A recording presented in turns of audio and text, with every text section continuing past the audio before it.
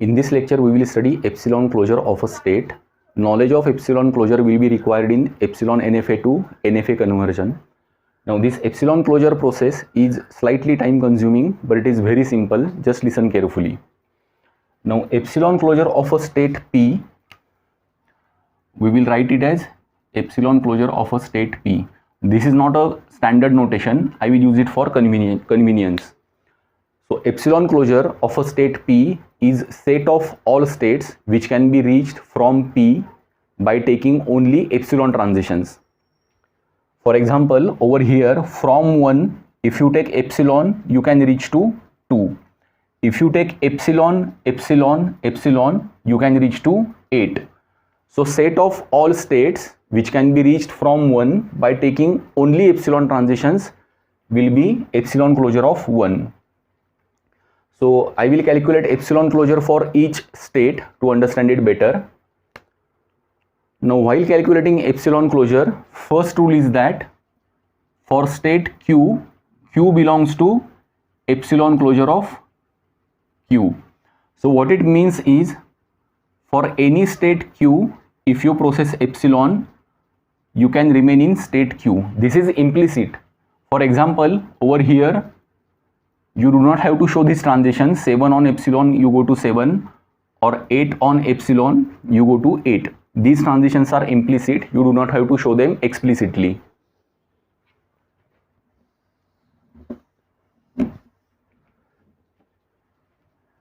So, epsilon closure of 7, it contains 7. Now, epsilon closure of 8, it contains 8. There is no other epsilon transition, outgoing epsilon transition at 8. So, we mark it complete. Now, consider 4. Consider 5. So, first you have to include 5. So, after including 5, from 5, if we process epsilon, we go to state 8. So, we will add 8 over here. Now, consider 4. So, at epsilon closure of 4, first we have to add the state itself, 4. Now, from 4, if you process epsilon, you can reach to 7 and 5. So, we add 7, 5. Now, if you look at over here, 4 on epsilon goes to 5. Now, from 5, if we process epsilon, we reach to epsilon closure of 5. And from 4, if we process epsilon, we reach to 5. That's why we have to include epsilon closure of 5 in epsilon closure of 4. So, 5, 8, 5 is here, we add 8. So, the rule is if Qi belongs to epsilon closure of Qj, then epsilon closure of Qi is subset of epsilon closure of Qj. First, we calculated epsilon closure of 5. We can reach to 5 and 8. From 4, if we process epsilon, we reach to 5. That means we can reach to 5 as well as 8 also. That's why we included 5, 8 in epsilon closure of 4. Now, consider epsilon closure of 6.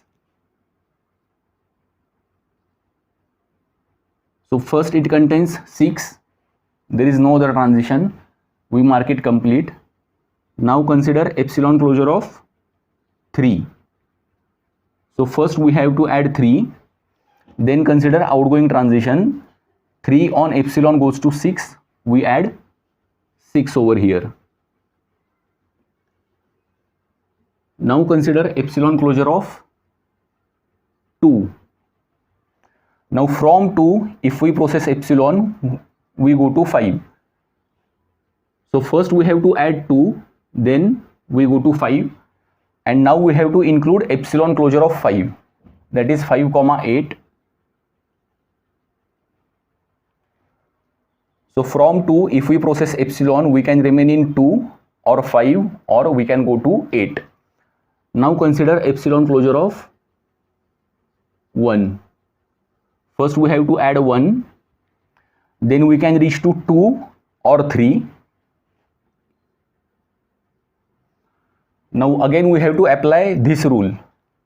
2 is in epsilon closure of 1, so every state in epsilon closure of 2 will be in epsilon closure of 1. From 2, if you process epsilon, you can reach to 5 and 8.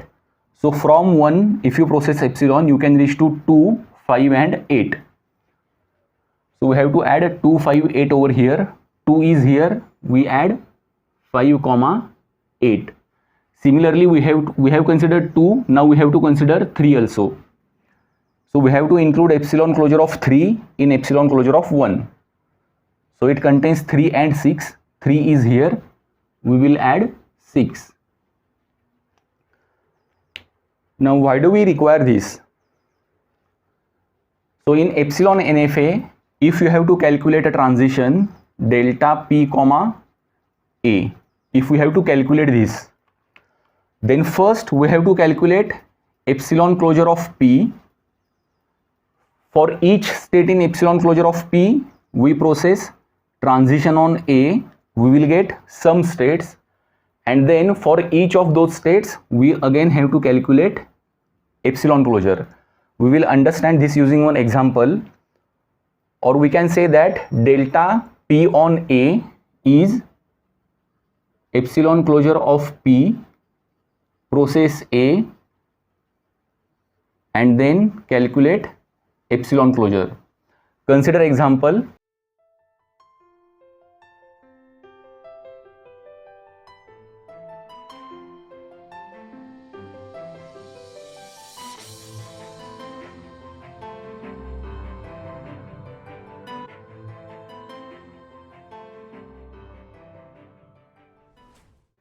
Here we will calculate delta 1 comma A. First we have to calculate epsilon closure of 1. So that is over here 1, 2, 3, 5, 6, 5, 8, 6. 1, 2, 3, 5, 8, 6. Now for each of these states we have to process A. We will calculate delta epsilon closure of 1 comma A. So from 1, if we process A, there is no outgoing transition for A. For 2, we get 4.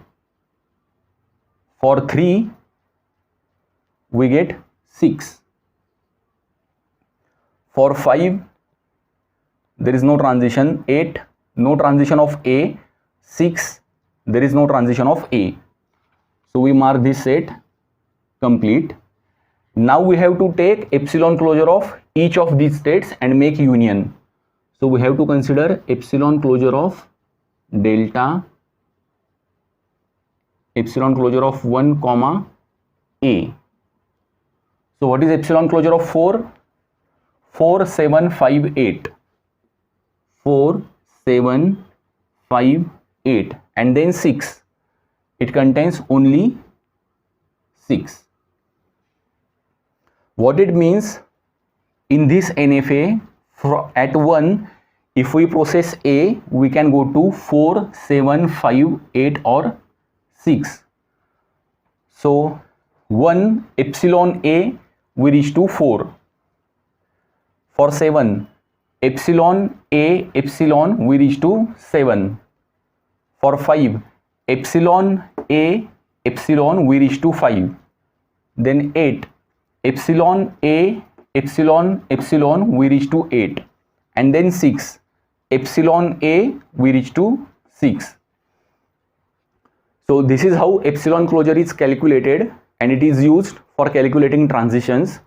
And this knowledge of epsilon closure we will use while converting epsilon NFA to equivalent NFA.